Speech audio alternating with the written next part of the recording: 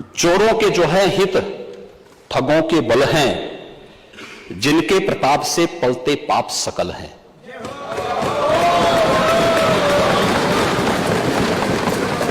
जो छल प्रपंच सबको प्रश्रय देते हैं या चाटुकार जन की सेवा लेते हैं, यह पाप उन्हीं का है।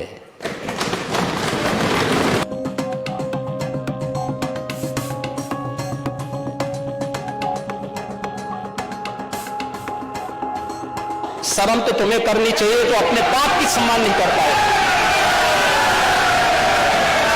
कम से कम इस बात को शर्म करनी चाहिए कि समाजवादी पार्टी उस दिन जिन्ना की आरती उतार रहा था।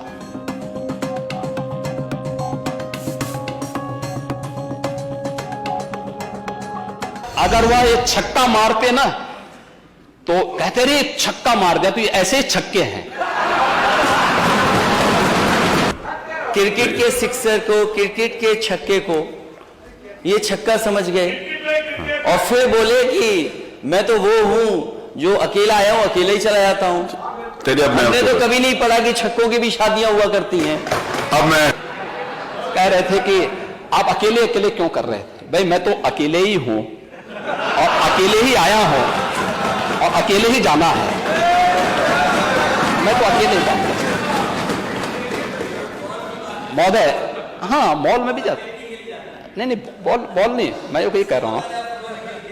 लेकिन ये कैसे खेलते थे इसका मैं एक समाचार पत्रों को देख रहा था। मैंने कहा नेता विरोधी दल बहुत बड़े खिलाड़ी होंगे तो हो सकता हम इनका नाम किसी पुरस्कार के लिए भेज दें। भाई यूपी के किसी खिलाड़ी को मिले तो हमारे लिए तो ये बहुत अच्छी बात होनी चाहिए। हमने अभी तमाम खिलाड़ियों को नौकरी के दिए। अभी याद करिए, हमने एक अभी नायब तहसीलदार बनाया, यादव ओनर का, अच्छा खिलाड़ी है यूपी का। हमने भेदभाव नहीं किया, वो योग्य था।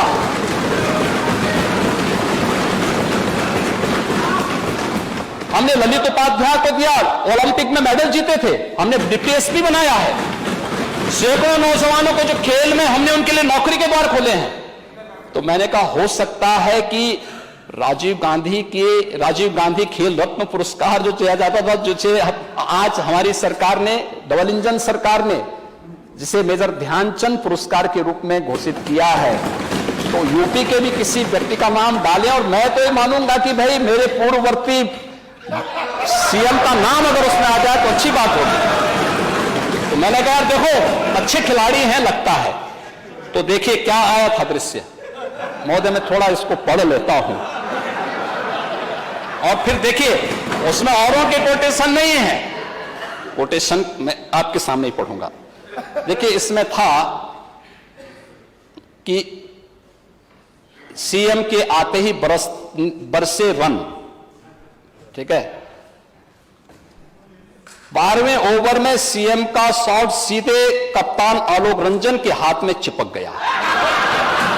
ये क्रिकेट खेल रहे हैं, पहली बॉल में कैच आउट हो रहे हैं, लेकिन वहां से कह दिया जाता है कि ये तो नो बॉल है। और अगर वह ये छक्का मारते ना तो कहते रहे छक्का मार दिया, तो ये ऐसे ही छक्के हैं। समाजवादी पार्टी उस दिन जिन्ना की आरती उतार रहा था। जब हम राष्ट्र गौरव की बात करते हैं, याद करिए जब हम राष्ट्रीय एकता दिवस, सरदार वल्लभ भाई पटेल जी की पावन जयंती को आदरणीय प्रधानमंत्री जी के आह्वान पर हम लोगों ने राष्ट्रीय गौरव दिवस के रूप में मनाया, राष्ट्रीय एकता दिवस के रूप में मनाया। हम सब उस अभियान के साथ जुड़े थे। तब समाजवादी पार्टी जिन्ना का महिमा मंडन कर रही थी। यानी इनको पता ही नहीं। एक तरफ 31 अक्टूबर की तिथि राष्ट्रीय एकता दिवस के रूप में पूरे देश के अंदर मनाया जा रहा है। केवड़िया जहां पर सरदार वल्लभ भाई पटेल जी की, लौह पुरुष सरदार वल्लभ भाई पटेल जी की सबसे बड़ी प्रतिमा स्थापित हुई है और हर एक जनपद में कार्यक्रम हो रहे थे, अलग अलग स्तर पर कार्यक्रम हो रहे थे। एक तरफ सरदार वल्लभ भाई पटेल भारत की एकता के शिल्पी, जब हम उन्हें सम्मान देने का काम कर रहे थे, समाजवादी पार्टी उस दिन जिन्ना की आरती उतार रहा था। ये तो इनकी स्थिति है। इनको राष्ट्र को जोड़ने वाला और राष्ट्र को तोड़ने वाला किसमें भी अंतर महसूस नहीं। इसलिए मैंने कहा कि शक्ति देना आसान है लेकिन बुद्धि देना कठिन है। आप जैसा अनुभवी व्यक्ति सचमुच हर बार चले जाते हैं, बार बार अपमानित होते हैं। महोदय, तब देखें शिवपाल जी ने तब फिर टिप्पणी की थी। शिवपाल जी उस समय कैबिनेट मंत्री थे। देखिए, कुछ चीजें तो बहुत होती हैं। भाइयों, बिन होई न प्रीति, भगवान राम ने बात कही थी, मैं उस पर भी अभी चर्चा करूंगा। उन्होंने, मैं आपको पूरी चौपाई सुना देता हूं। उन्होंने कहा था, विनय न मानत जलधि जड़, गए 3 दिन, बोले राम सकोप तब,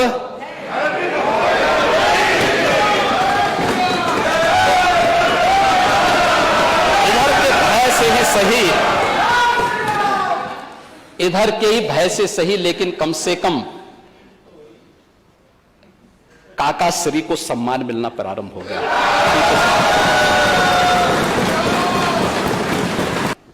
कि कम से कम इधर के बहाने आपने काका श्री को ही सम्मान देना शुरू कर दिया। और शिवपाल जी, सचमुच में जब आपको देखता हूं तो मुझे महाभारत का दृश्य याद आने लग जाता है। आप जैसा अनुभवी व्यक्ति सचमुच हर बार चले जाते हैं, बार बार अपमानित होते हैं। आपके अनुभव, आपके संघर्षों का लाभ समाजवादी पार्टी को नहीं लेना चाहिए। और अरे, आप चिंता मत करिए। देखिए, हम उनका सम्मान करते हैं, वो हमारे वरिष्ठ सदस्य हैं और उनको जो है ये सम्मान मिलना भी चाहिए। नहीं, क्यों नहीं मिलता? मैं आज जैसे आपसे मिलता हूं वैसे मैं उनसे भी मिलता हूं, और क्यों नहीं मिलेंगे? हाँ, क्यों नहीं, बार बार मिलते हैं, बार बार मिलते हैं। नहीं, उनकी सिक्योरिटी भी उनको दी जानी चाहिए। और सिक्योरिटी मुझे लगता है जितने जरूर आप कह रहे हैं, जरूर करेंगे। आपने सिफारिश कर दी है, जरूर उनको मिलनी चाहिए, जरूर मिलनी चाहिए। और चाचा को भी अपने स्वाभिमान को बनाए रखना चाहिए।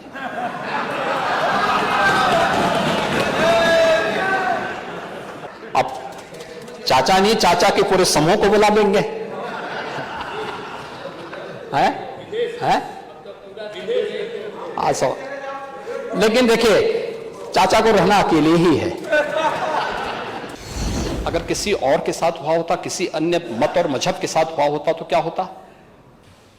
तो उस समय समाजवादी पार्टी ने अपने यहां से फिर एक नया शगुफा छोड़ने का प्रयास किया। और था मध्यकाल के एक बहुत प्रसिद्ध धार्मिक ग्रंथों को लेकर के, श्री रामचरितमानस को लेकर के, तुलसीदास जी को लेकर के। महोदय, संत तुलसीदास जी ने जिस कालखंड में रामचरितमानस की रचना की थी,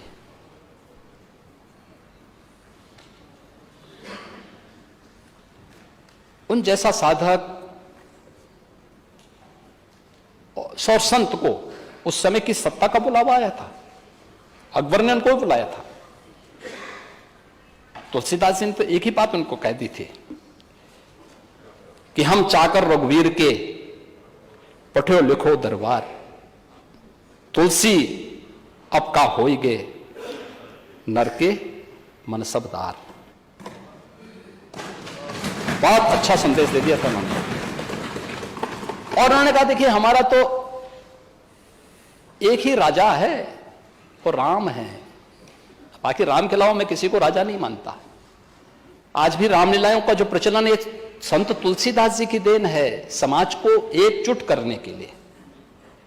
मध्यकाल के उस कालखंड में तुलसीदास जी ने पूरे समाज को एकजुट किया था रामलीलाओं के माध्यम से। और तुलसीदास जी ने उस समय कहा था, बोलो राजा रामचंद्र की। ये तुलसीदास जी की देन है। लेकिन तुलसीदास जी को और रामचरितमानस जिस प्रकार से कुछ लोगों ने फाड़ने का प्रयास किया, ये जो कृत्य हो रहे हैं, ये जो कृत्य हो रहे हैं, अगर किसी और के साथ हुआ होता, किसी अन्य मत और मजहब के साथ हुआ होता तो क्या होता, क्या स्थिति होती? यानी आप जिसकी मर्जी आए वो हिंदुओं का अपमान कर ले, जिसकी मर्जी आए वह शरारत कर ले, अपने अनुसार शास्त्रों की विवेचना कर ले। आप पूरे समाज को अपमानित करना चाहते हैं। यह चौपाई है कहां पे? अगर आप रामचरितमानस के सुंदर कांड में जाएंगे तो सुंदर कांड में यह प्रसंग तब आता है जब भगवान राम 3 दिन तक समुद्र से लंका में जाने के लिए रास्ता मांगते हैं और रास्ता नहीं मिला है। तो पहली चौपाई तो मैंने पहले बता दी थी, जब उन्होंने कहा कि भय बिन होई न प्रीति। और तब जब लक्ष्मण जी धनुष और बाण लेकर के राम जी के पास जाते हैं और भगवान राम को देते हैं और भगवान राम तीर का संधान करके फिर समुद्र को चेतावनी दे करके आगे की कार्रवाई करते हैं, तब समुद्र खड़ा होता है और भगवान राम के सामने फिर कहता है, महोदय ये वही पंक्ति है, प्रभु भल कीन मोई सिख दिन ही मर्यादा पुनि तुम्हारे कीन है, ढोल गंवार सूत्र पशुरानी सकल ताड़न के अधिकारी। अब ये सीख से है, शिक्षा से है। तो मैंने शुरू में इसी बात को कहा ना, विरासत में नहीं मिलती। मैं समाजवादी पार्टी से ही कहना चाहता हूं कि आखिर आप इसके नाम पर, जिस पर उत्तर प्रदेश को गौरव की अनुभूति होनी चाहिए कि राम की धरती है, कृष्ण की धरती है, गंगा यमुना की धरती है, संगम की धरती है, और उत्तर प्रदेश की धरती पर रामचरितमानस और वाल्मीकि रामायण जैसे पवित्र ग्रंथ रचे गए, जिस उत्तर प्रदेश वासियों को गौरव की अनुभूति होनी चाहिए, आप उस पवित्र ग्रंथ को जला करके क्या देश और दुनिया में रहने वाले 100 करोड़ हिंदुओं को अपमानित करने का काम नहीं कर रहे हैं?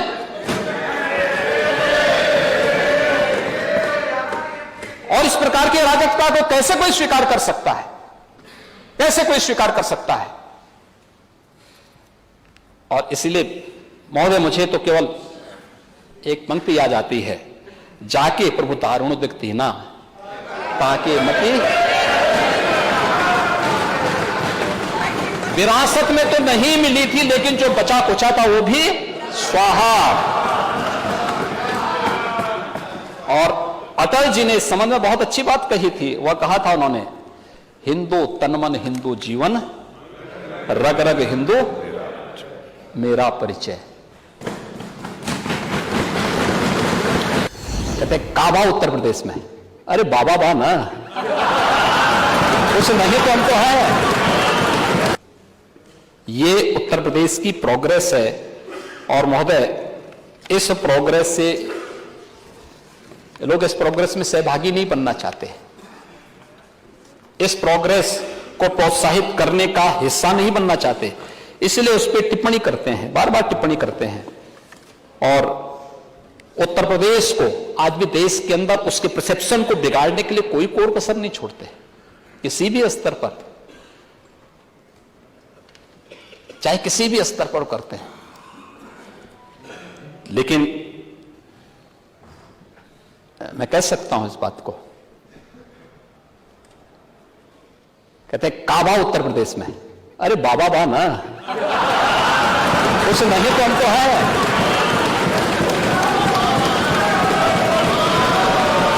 उससे भी परेशान है।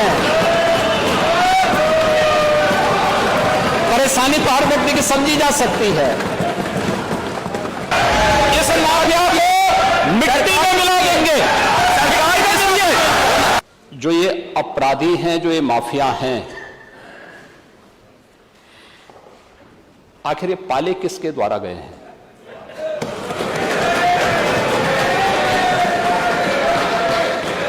बात जवाब आ जाए। ये जब अभी आपका नाम तो नहीं लिया कि आपने माफिया के खिलाफ जवाब आ जाए। जिस माफिया के खिलाफ जो भी है, किसी का नाम तो नहीं लिया ना, किसी का नाम ये तो सच नहीं नहीं कि समाजवादी पार्टी ने उन्हें सांसद बनाया था, ये सच नहीं है।